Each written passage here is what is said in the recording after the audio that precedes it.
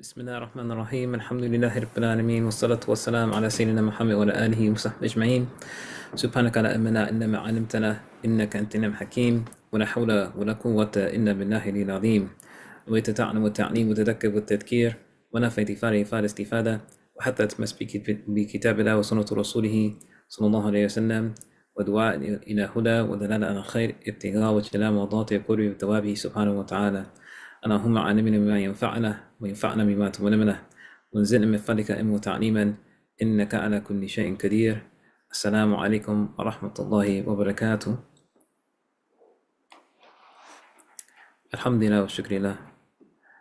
Jazakallah khair, and may Allah subhanahu wa ta'ala reward you all for all of the work that you've been placing in this month, and we pray that Allah subhanahu wa ta'ala make it a means of barakah and khair, and that it will weigh heavily on your scale until the day of judgment.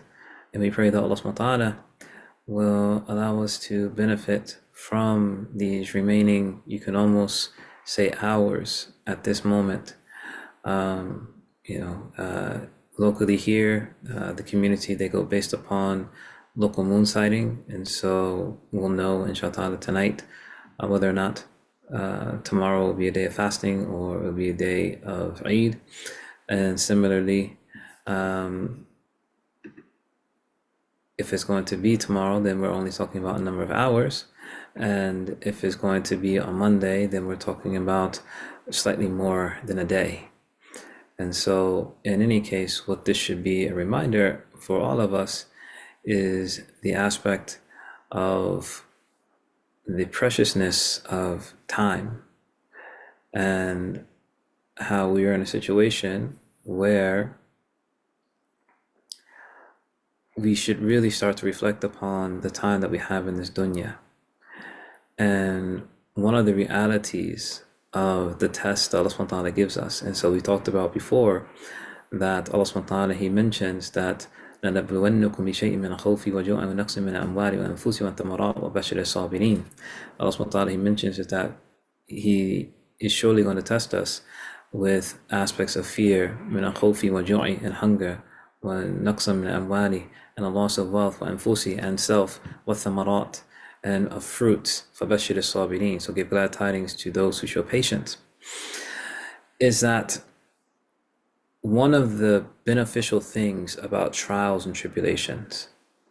And the thing is that I'm not saying that we should wish to have trials and tribulations. The Prophet Muhammad sallallahu alaihi wasallam, he informed us that we should try to ask for afiyah, try to ask for well-being, that we shouldn't seek out to necessarily go through trials. But one of the benefits of trials and tribulations is that in many instances, a trial or a tribulation can teach us much more about ourselves and increase in us a greater appreciation for our realities than having a life full of blessing. Because oftentimes what a trial or a tribulation reminds us of, it reminds us of those things that are ultimately truly important. And so when you have trials and tribulations that come about, you should actually try to look within yourself to see, okay, what are the lessons that I can gain from his? And what is this showing me about what is truly important to me? Similarly, as some of the ulama would mention, is that it's just like a person who commits a sin, that commits an act of disobedience.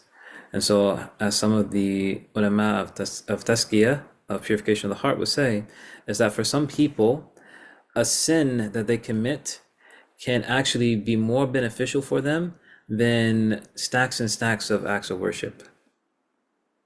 Meaning that a sin that a person commits, even though it's a sin, that can actually be more beneficial for that person than if they were to do a whole bunch of acts of worship instead.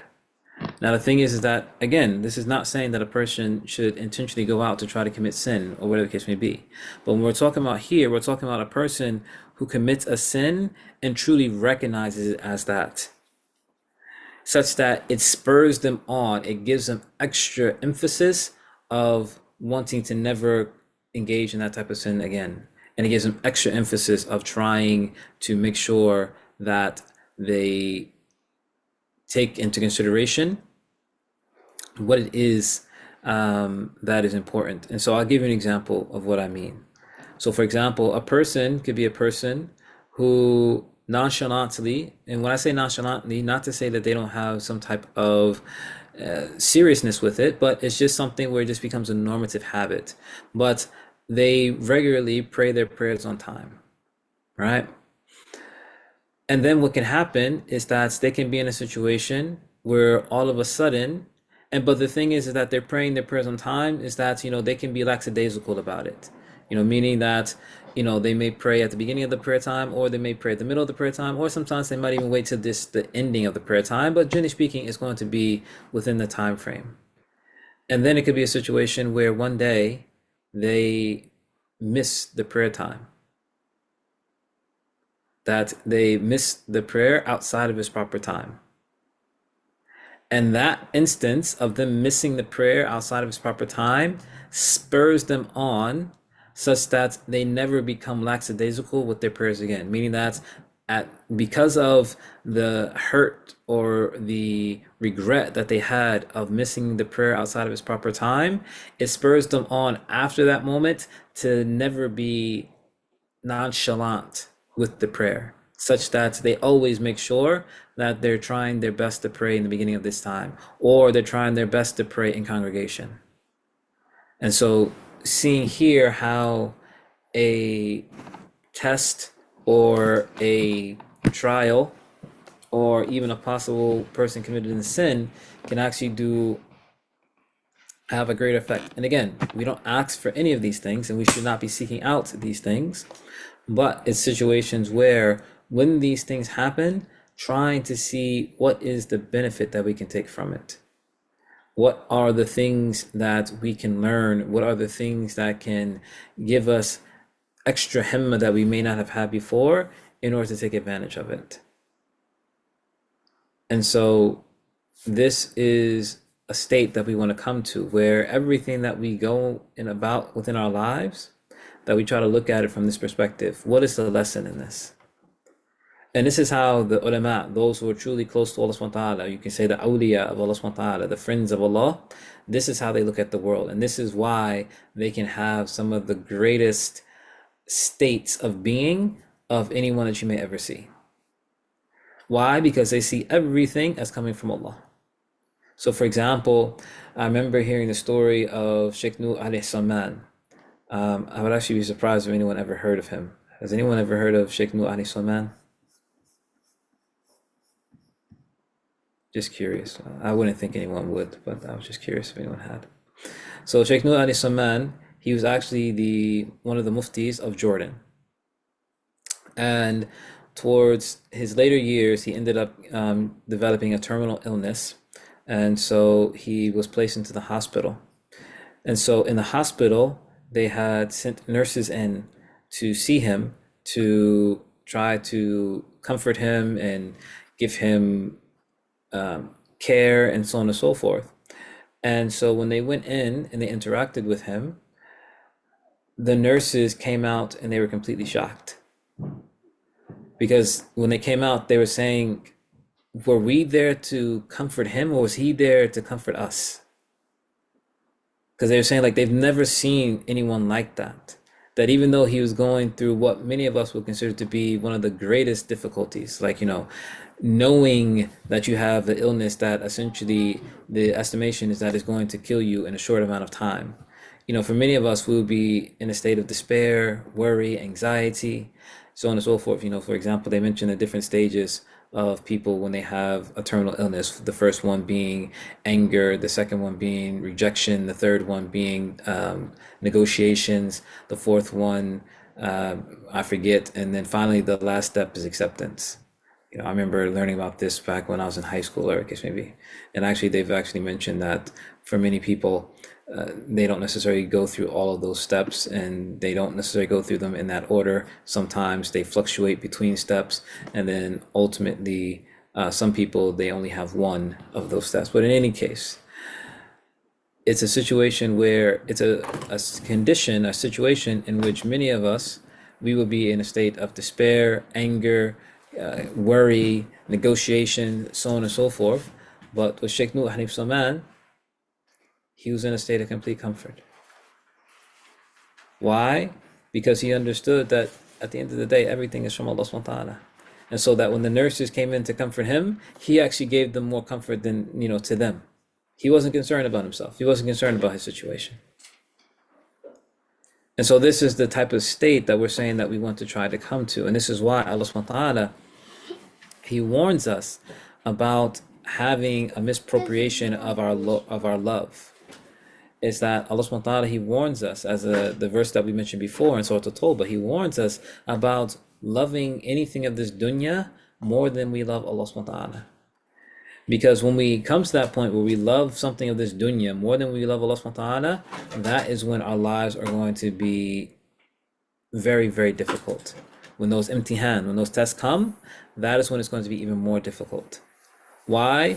Because anything that we have in this dunya is something that is contingent. It's something that it is not independent in of itself.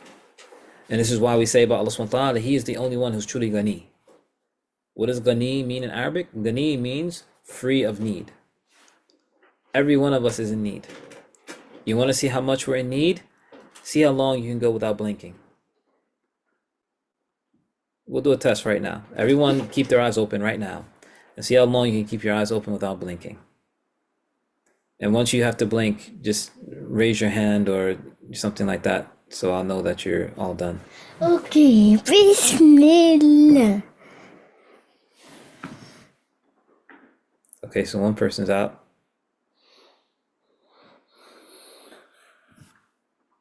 Let's see, I don't even think it's been a minute yet. All the rest of you still got your eyes open? You haven't blinked yet? Look at me, Dad, huh?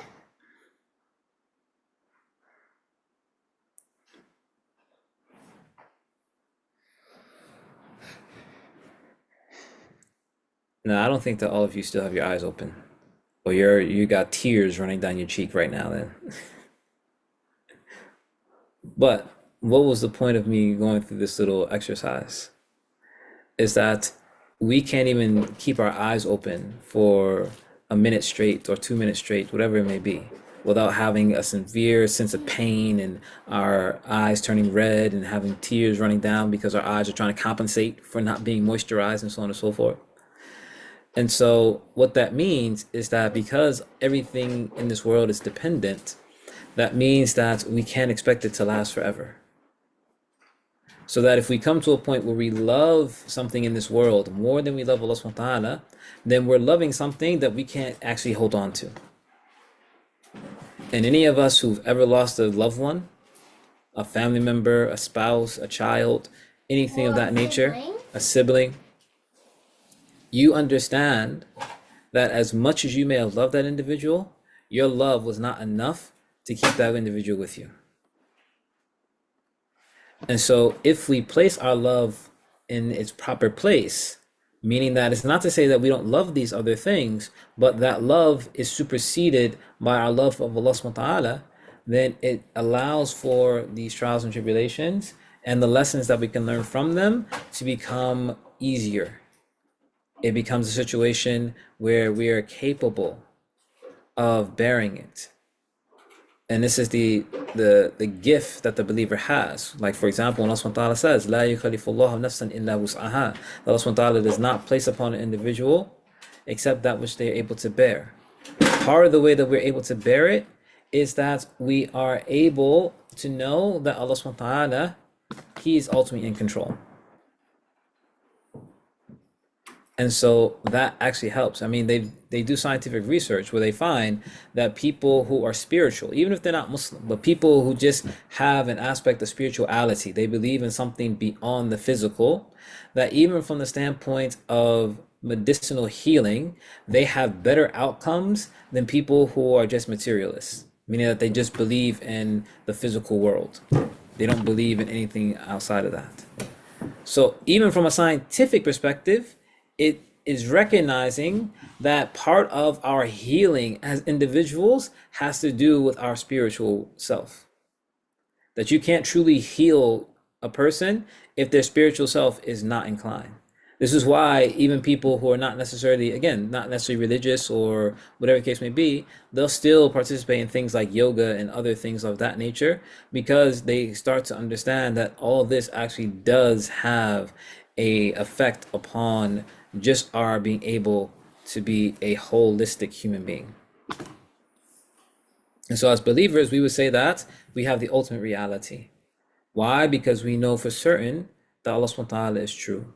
We know for certain that the Messenger of Allah is true. And so we know exactly what it is that we need to strengthen that spirituality. And so we want to be in a situation where we try and we strive to take advantage of all of these different situations and scenarios Allah subhanahu wa ta'ala places us in. The good, the bad, and the otherwise. That's we thank Allah subhanahu wa ta'ala in times of good, as the Messenger of Allah mentioned to us, and that is good for us. And we bear patiently when times are other than that, and that is good for us. But again, the one that truly benefits is the one that can learn from those trials and tribulations, and even from the times that are good.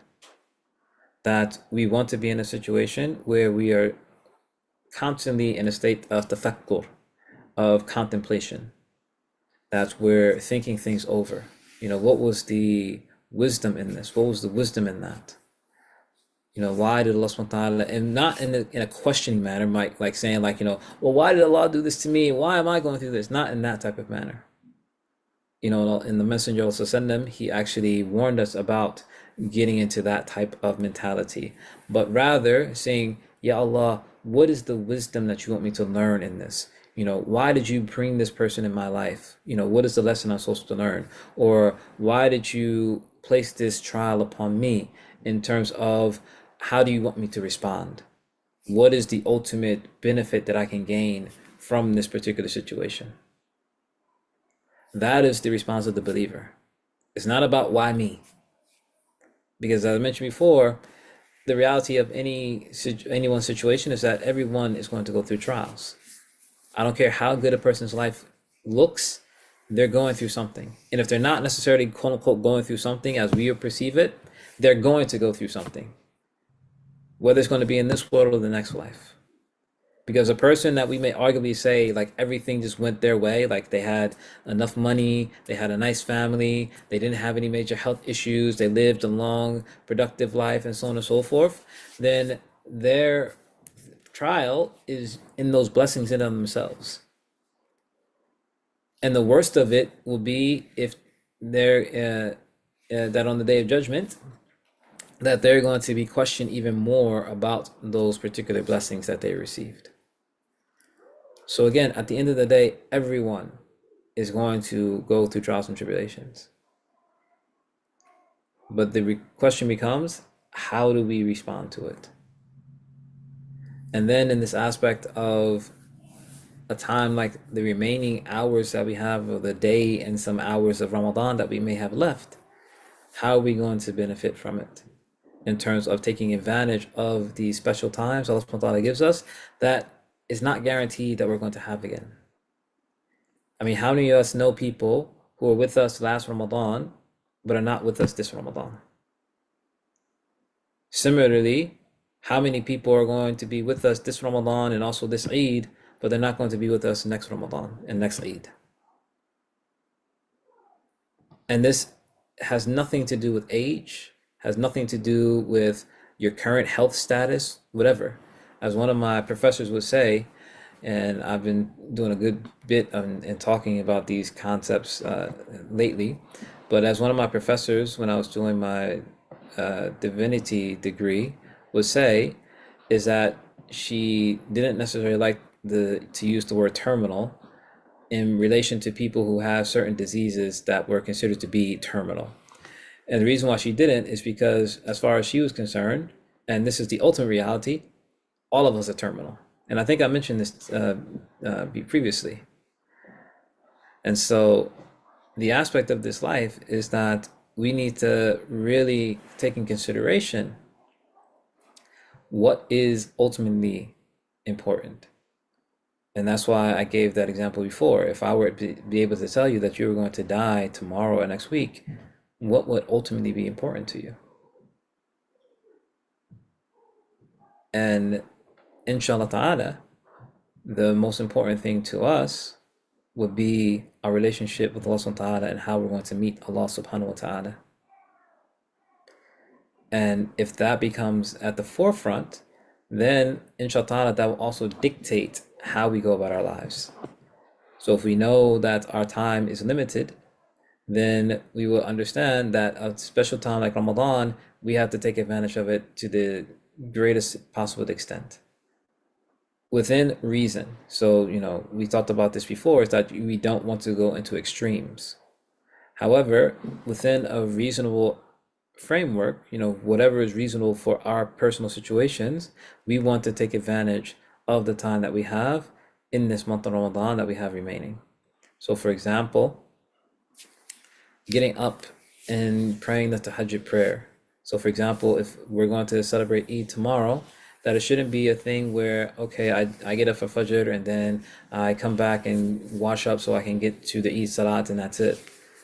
That one of the recommendations for the night of Eid is that you actually get up and you pray tahajjud, so that you're continuing in this aspect of ibadah, that your ibadah doesn't stop when Ramadan stops.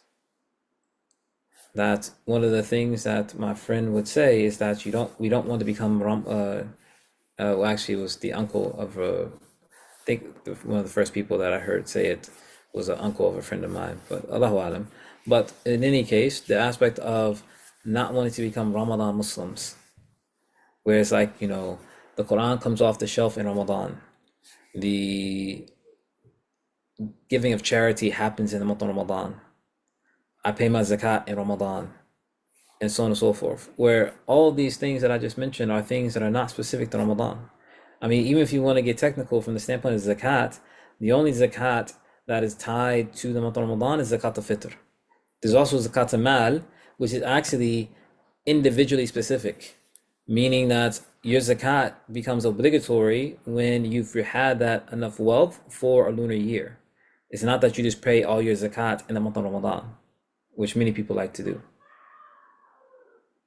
But it's a situation where all these things are supposed to transfer over into our everyday lives, 365 days a year, not just for the 30 days of Ramadan. And so the ulama, they encourage, get up still, pray tahajjud. Get up still, read Quran. That one of the things that how Ramadan is described is that some of the ulama, they describe Ramadan as a madrasa, as a school. And one of the things that Ramadan teaches you is that it teaches you what you actually have the capacity to do. So for example, if a person was actually able to read a juz of Quran every day in the month of Ramadan, what that shows them is that you actually have the capacity to do that. So essentially, you don't have any excuse as to why you can't read X amount of the Quran every day, because you already proved that you can do it in the month of Ramadan. And not only that, but outside the month of Ramadan, it should actually be easier because you don't have to do the extra acts of ibadah that we normally do in Ramadan. So for example, you're not going to pray Salat al-Tarawih. You're not necessarily going to be getting up for sahur, even though you may still get up for tahajjud, but you probably won't get up as early because you're not going to have to stop by Fajr time and so on and so forth. And so it actually should actually prove to be somewhat easier to do some of these acts of worship. And so the question becomes, are we going to do it, or are we just going to stop because Ramadan has stopped? Ramadan is, as our teachers would remind us, is actually supposed to be a springboard, that we're supposed to take as much as we can from the month of Ramadan and use it to propel us forward into the next coming Ramadan. So whatever that we can hold on to from the month of Ramadan, we continuously try to benefit from all throughout the remaining days of Ramadan. All throughout the remaining days of the year. Looking forward to the next coming Ramadan, hoping that we can also benefit from it. And keeping in mind that this time that we have is precious. And every situation that we find ourselves in, whether it be good or bad, that we try to see what is the wisdom that Allah subhanahu wa ta'ala is showing me in this. Not questioning why is this happening to me, but rather saying, Ya Allah, what is it that you want me to learn from this? And again, for some of us, it's those tests that give us the greatest lessons. I know for me personally, you know, some of my greatest openings, so to speak, as some of the scholars would say, have been through tests that I had to go through. So that Allah subhanahu wa ta'ala hit me with something that I wasn't expecting, that just like, as the saying goes, knocks the wind out of you. But those were pivotal moments that I had to go through. It sucked being in the midst of it. It was rough, going through it. But what I gained afterwards, I don't know if there was any other way that I would actually get the benefit of it. So we can actually start looking at the tests and trials Allah subhanahu wa ta'ala gives us. If we react to it properly, they can be somewhat like some of the medications and procedures that we may have to go through. Like, many people, they don't like getting shots. How many people here don't like getting shots? You know, I'm almost 40 years old and I still don't like to get shots. But the thing is that we go through the difficulty of getting shots. Why? Because we know that ultimately there's a greater good to it. Unless we have, our own issues with vaccines and so on and so on. But yeah, you get the point. I'm not going to get into the whole vaccine debate and so on and so forth. But the aspect that there are certain things that we go through that are difficult, but they have ultimate benefit in the end. And many of the tests that we go through in life are like that. And not only that, but they're not necessarily going to happen in the manner or the time frame that we, think that they should be or that we want them to be. Because if that was the case, for the most part, for most of us, our tests and trials would last a day and that'd be about it. If that, it might just be an hour or so. Like, okay, I can deal with this for about an hour and then let it just be over. But no, this is how, as one of my teachers will say, if you're going to be annoyed by every rub, how will you ever be polished? Is that there's going to be some, if there's going to be some, or the other famous saying is that, how are diamonds made except by pressure? Is that generally speaking, the great things that we think of in this life, they come by means of great difficulties. Frederick Douglass used to say, without struggle, there's no progress. And so we pray that Allah subhanahu wa ta'ala will allow us to benefit from the remainder that we have of this month of Ramadan, and we pray that Allah subhanahu wa ta'ala will allow us to see wisdom in all of the different situations that He's placed us in. And so, inshallah, if there are no questions, then we will say that yes, based upon the moon sighting, which unfortunately it probably won't be until about midnight tonight, because for the most part, based upon the moon trajectory, it's not really considered to be feasible to possibly see the moon except for on the west coast. And even then, it's only merely a slight possibility. And particularly with the naked eye sighting, it's not really all that feasible. So it's very likely that there will be another day of fasting. However, again, we won't know for certain until later tonight, inshallah. And then if there is another day of fasting, then inshallah we'll have another session of softening the heart. And then if it is Eid tomorrow, if Eid is tomorrow, then it will just be a Eid reminder, but not the softening the heart session. So inshallah we will know later tonight within that. What is the stance on ending long-term treatment such as dialysis? So the thing is that when it comes to medicine, the default ruling is that it's a sunnah, that is a recommendation. The Prophet Muhammad SAW, he mentioned the aspect of utilization of medicine. And so the default ruling is that it is a sunnah. However, it's something that a person as a I'm starting to use, I'm going to start using this term that Ustadh Yusuf Welsh likes to use, is that a person shouldn't necessarily try to self-diagnose. Because, for example, something like dialysis, if a person were to stop using dialysis, they may be putting themselves in very difficult situation with all types of complications and problems that go along with that. And so it's something where you really want to consult. You want to consult medical professionals, and then you can consult ulama in regards to what would be the appropriate steps for an individual. So it's not something that I would ever say that, this should be something that a person should self-diagnose on their own, meaning like they just make their own fatwa position. That's why I said I just gave the general ruling in terms of the use of medicine, in which, generally speaking, the ulama, they say that the use of medicine is a sunnah, it's a recommendation. However, especially something as serious as dialysis, or other what are considered to be life-saving treatments, this should only be a determination with consultation with medical professionals as well as ulama, because there's a lot that goes into it. Because there is still the concept that in the jasadu alayka haqqan, that verily your body has a right upon you.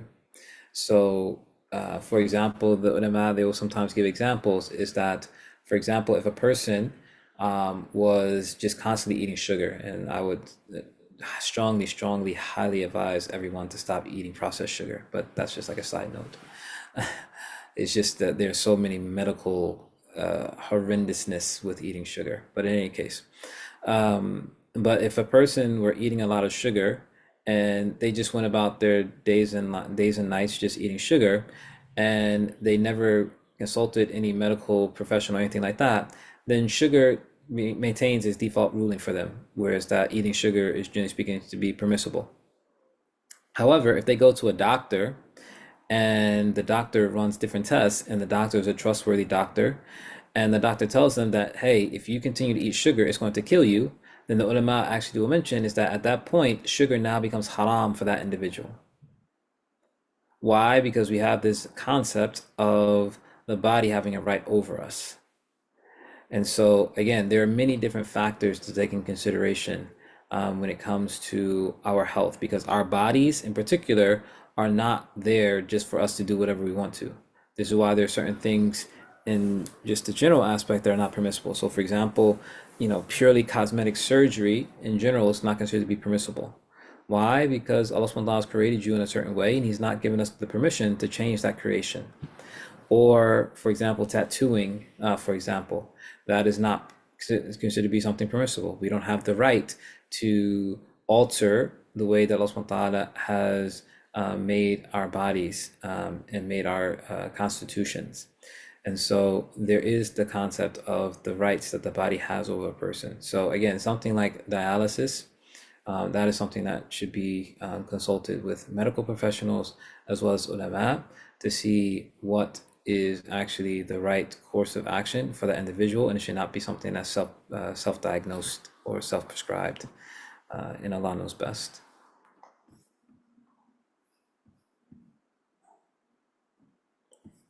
Alhamdulillah. So inshallah, if tonight is going to be the night of Eid, then I wish you all an early Eid Mubarak. And if not, then inshallah, hopefully we'll see you tomorrow for another softening the heart session, and then we'll be having Eid on Monday بإذن طيب. وصلى الله على سيدنا محمد وعلى آله وصحبه وسلم. الله سبحانه وتعالى أعلم وحسبنا ونعم الوكيل. السلام عليكم ورحمة الله وبركاته.